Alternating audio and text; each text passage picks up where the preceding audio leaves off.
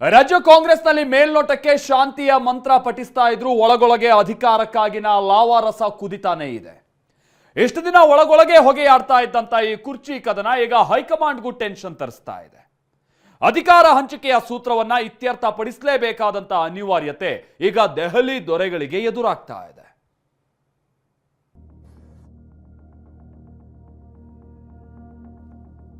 ರಾಜ್ಯ ಕಾಂಗ್ರೆಸ್ನ ಪವರ್ ಪಾಲಿಟಿಕ್ಸ್ಗೆ ಅತಿ ದೊಡ್ಡ ತಿರುವು.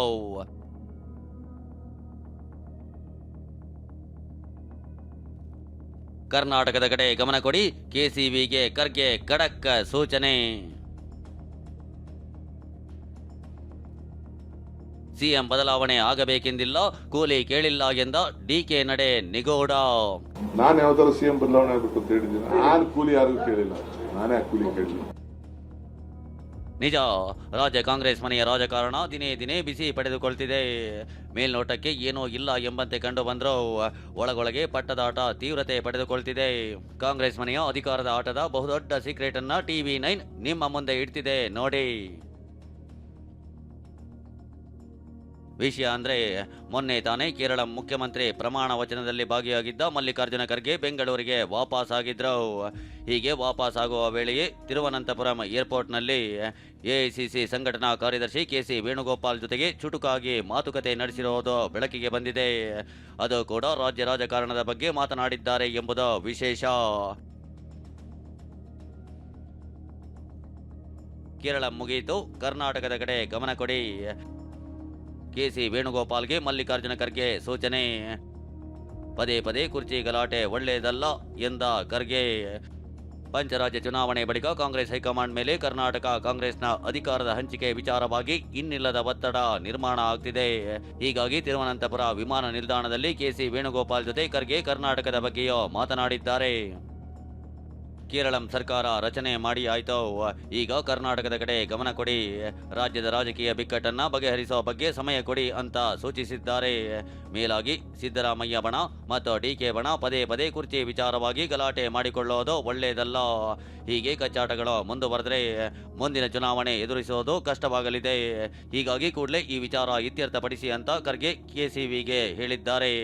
ವಿಶೇಷ ಅಂದ್ರೆ, ಈ ಚರ್ಚೆ ನಡೆದ ಸಂದರ್ಭದಲ್ಲಿ CM DCM ಆದಿಯಾಗಿ ಕೆಲ ರಾಜ್ಯ ಕಾಂಗ್ರೆಸ್ ನಾಯಕರು ಕೂಡ ಉಪಸ್ಥಿತರಿದ್ರು ಅನ್ನೋ ಮಾಹಿತಿ ಇದೆ. ದೆಹಲಿ ಮಟ್ಟದಲ್ಲಿ ಚರ್ಚೆ ಶುರುವಾಗ್ತಿದ್ದಂತೆ ಅತ್ತ CM ಸಿದ್ದರಾಮಯ್ಯ ಆಪ್ತ ವಲಯದಲ್ಲಿ ಅಲರ್ಟ್ ಸೈರನ್ ಮೊಳಗಿದೆ. ಆಪ್ತ ಸಚಿವರ ನಿವಾಸದಲ್ಲಿ ರಹಸ್ಯ ಸಭೆಗಳು ನಡೆದಿದ್ದು, ಪ್ಲಾನ್ ಬಿ ರೆಡಿ ಆಗ್ತಿದೆ. ಹೈಕಮಾಂಡ್ ಬುಲಾವ್ ಮಾಡಿದ್ರೆ ತಮ್ಮ ನಿಲುವು ಏನಾಗಿರಬೇಕು, ಯಾವೆಲ್ಲ ವಿಷಯ ಪ್ರಸ್ತಾಪಿಸಬೇಕು ಎಂಬ ಬಗ್ಗೆ ಚರ್ಚೆ ನಡೆದಿದೆ ಎನ್ನಲಾಗಿದೆ. ಪ್ರತಿದಿನವೂ ಶುಭ ದಿನ, ಶುಭಗಳಿಗೆ, ನಾನು ಯಾರಿಗೂ ಕೂಲಿ ಕೇಳಿಲ್ಲ ಎಂದ DK. ಇನ್ನಿವತ್ತು ಸುದ್ದಿಗೋಷ್ಠಿಯಲ್ಲಿ ಮಾತನಾಡಿದ DCM DK, ಹೈಕಮಾಂಡ್ ಕರೆದಾಗ ದೆಹಲಿಗೆ ಹೋಗ್ತೀನಿ ಅಂದ್ರು. ಅಷ್ಟೇ ಅಲ್ಲ, ನಾನು ಯಾರಿಗೂ ಕೂಲಿ ಕೇಳಿಲ್ಲ ಅಂತಾನು ಹೇಳಿದ್ರು.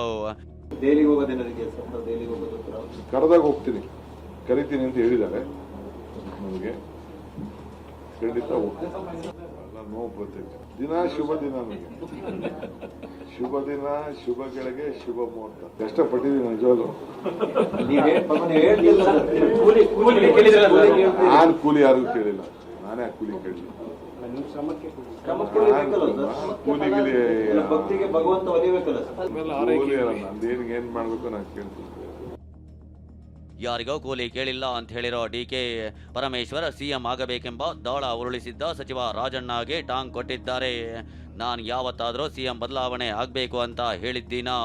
ಹೀಗಿರುವಾಗ ರಾಜಣ್ಣ ಯಾಕೆ CM ಬದಲಾವಣೆ ಆಗಬೇಕು ಅಂತಿದ್ದಾರೆ ಅಂತ ಬಾಣ ಬಿಟ್ಟಿದ್ದಾರೆ. ಸಿದ್ದರಾಮಯ್ಯನವ್ರು ಏನೋ ಬದಲಾವಣೆ ಆದ್ರೆ ಪರಮೇಶ್ವರೇ ಮುಖ್ಯಮಂತ್ರಿ ಆಗ್ಬೇಕು ಅನ್ನೋರು ನಾವು. ಅಲ್ಲ, ನಾನೇ ರಾಜಣ್ಣ ಯಾಕೆ CM ಬದಲಾವಣೆ ಮಾಡಕ್ ಕೊಟ್ಟಿದ್ದಾರೆ? ಅಲ್ಲ, CM ಮುಂದುವರಿಲಿ ಅಂತ ಹೇಳಿ ಏನ್ ತಪ್ಪೇನಿಲ್ಲ. ಅಂದ್ರೆ ಪರಮೇಶ್ವರ್ ಮಾಡ್ಬೇಕು ಅಂದ್ರೆ CM ಇಳಿಬೇಕು ಅಂತ ಅವರು. ನಾನು ಯಾವ್ದಾದ್ರು CM ಬದಲಾವಣೆ ಆಗ್ಬೇಕು ಅಂತ ಹೇಳಿದ್ದೀನ? ನಾನೆಲ್ಲೂ ಹೇಳಿಲ್ಲಲ್ಲ. ರಾಜಣ್ಣನೇ ಈಗ CM ಬದಲಾವಣೆ ಮಾಡಕ್ ಕೊಟ್ಟಿದ್ದಾರೆ. ಅವ್ರು ಕೇಳ್ಬೇಕು, ನನಗೆ ಗೊತ್ತಿಲ್ಲ. ನಾನು ಹೇಳಿದ್ದೀನಪ್ಪ CM ಬದಲಾವಣೆ ಆಗಬೇಕು. ಜಾರ್ಜ್ ಮನೆಯಲ್ಲಿ ಲಂಚ್, ಡಿಪ್ಲೊಮಸಿ, ಊಟದ ನೆಪ, ರಾಜಕೀಯದ ಜಪ. ಇನ್ನು ಸಚಿವ KJ ಜಾರ್ಜ್ ನಿವಾಸದಲ್ಲಿ ನಡೆದ ಭೋಜನಕೂಟ ಈಗ ಹಲವು ಚರ್ಚೆ ಹುಟ್ಟು ಹಾಕಿದೆ. ವಿಷಯ ಅಂದ್ರೆ, ಮೊನ್ನೆ ಕೇರಳದಿಂದ ಊಟ ಮಾಡದೆ ವಾಪಸ್ ಬಂದಿದ್ದ ರಾಜ್ಯ ನಾಯಕರಿಗೆ ಜಾರ್ಜ್ ಮನೆಯಲ್ಲಿ ಲಂಚ್ ಅರೇಂಜ್ ಆಗಿತ್ತು. ಖರ್ಗೆ, ಸಿದ್ದರಾಮಯ್ಯ, ಡಿಕೆ, ಪರಮೇಶ್ವರ್, ಮುನಿಯಪ್ಪ, ಪೊನ್ನಣ್ಣ ಸೇರಿದಂತೆ ಹಲವರು ಭಾಗಿಯಾಗಿದ್ರು. ಈ ಒಂದು ಭೋಜನಕೂಟಕ್ಕೆ 2 ರೀತಿ ಭಿನ್ನ ಹೇಳಿಕೆಗಳು ಹೊರಬಿದ್ದಿವೆ. ನಾವು ಮಂತ್ರಿಗಳೆಲ್ಲ ಸೇರಿ ತಿಂಡಿ ತಿಂತೀವಿ, ಊಟ ಮಾಡ್ತೀವಿ, ಅದಕ್ಕೆಲ್ಲ ಬದಲಾವಣೆ ಅಂತ ಬಣ್ಣ ಹಚ್ಚೋ ಅಗತ್ಯವಿಲ್ಲ ಅಂತ ಪರಮೇಶ್ವರ್ ಹೇಳಿದ್ದಾರೆ.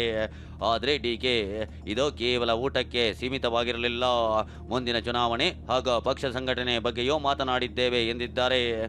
ಊಟ ತಿಂಡಿ ಮಾಡ್ತಾ ಇರ್ತೀವಿ, ನಾವೆಲ್ಲ ಸೇರ್ತೀವಿ. ಲೈಕ್ ಮೈಂಡೆಡ್ ಮಂತ್ರಿಗಳು ಒಂದೊಂದು ಸಾರಿ ಎಲ್ಲ ಸೇರಿಕೊಂಡು ತಿಂಡಿ ತಿಂತೀವಿ, ಊಟ ಮಾಡ್ತೀವಿ. ಅದಕ್ಕೆಲ್ಲ ಬದಲಾವಣೆಗಳ ಇದನ್ನು ಹೇಳೋವಂಥ ಅಗತ್ಯ ಇಲ್ಲ. ಮುಂದೆ ರಾಜ್ಯ ರಾಜಕಾರಣ, ನಮ್ಮ ಪಕ್ಷ ಅಧಿಕಾರಕ್ಕೆ ಯಾವ ರೀತಿ ತರಬೇಕು ಅಂತೆಲ್ಲ ಚರ್ಚೆ ಮಾಡಬೇಕಲ್ಲಪ್ಪ. ಡಿಕೆ ಹೀಗೆ ಹೇಳೋ ಮೂಲಕ ಜಾರ್ಜ್ ಮನೆಯ ಊಟದ ಮೇಜಿನ ಮೇಲೆ ದೊಡ್ಡ ರಾಜಕೀಯ ರಣತಂತ್ರವೇ ಹೆಣೆಯಲ್ಪಟ್ಟಿದೆ ಅನ್ನೋ ಸುಳಿವು ನೀಡಿದ್ದಾರೆ. ಒಟ್ನಲ್ಲಿ ರಾಜ್ಯ ಕಾಂಗ್ರೆಸ್ನಲ್ಲಿ ಎಲ್ಲವೂ ಆಲ್ ಈಸ್ ವೆಲ್ ಎನ್ನುತ್ತಲೇ ಒಳಗೊಳಗೆ ಅಧಿಕಾರದ ಲಾವಾರಸ ಕುದಿಯುತ್ತಿದೆ. ಹೈಕಮಾಂಡ್ ಎಂಟ್ರಿಯಿಂದ ಈ ಕುರ್ಚಿ ಕದನ ಯಾವ ತಿರುವು ಪಡೆಯಲಿದೆ ಕಾದು ನೋಡಬೇಕಿದೆ. ಪ್ರಸನ್ನ ಜೊತೆ ಪ್ರಮೋದ್, ಟಿವಿ9 ಬೆಂಗಳೂರು.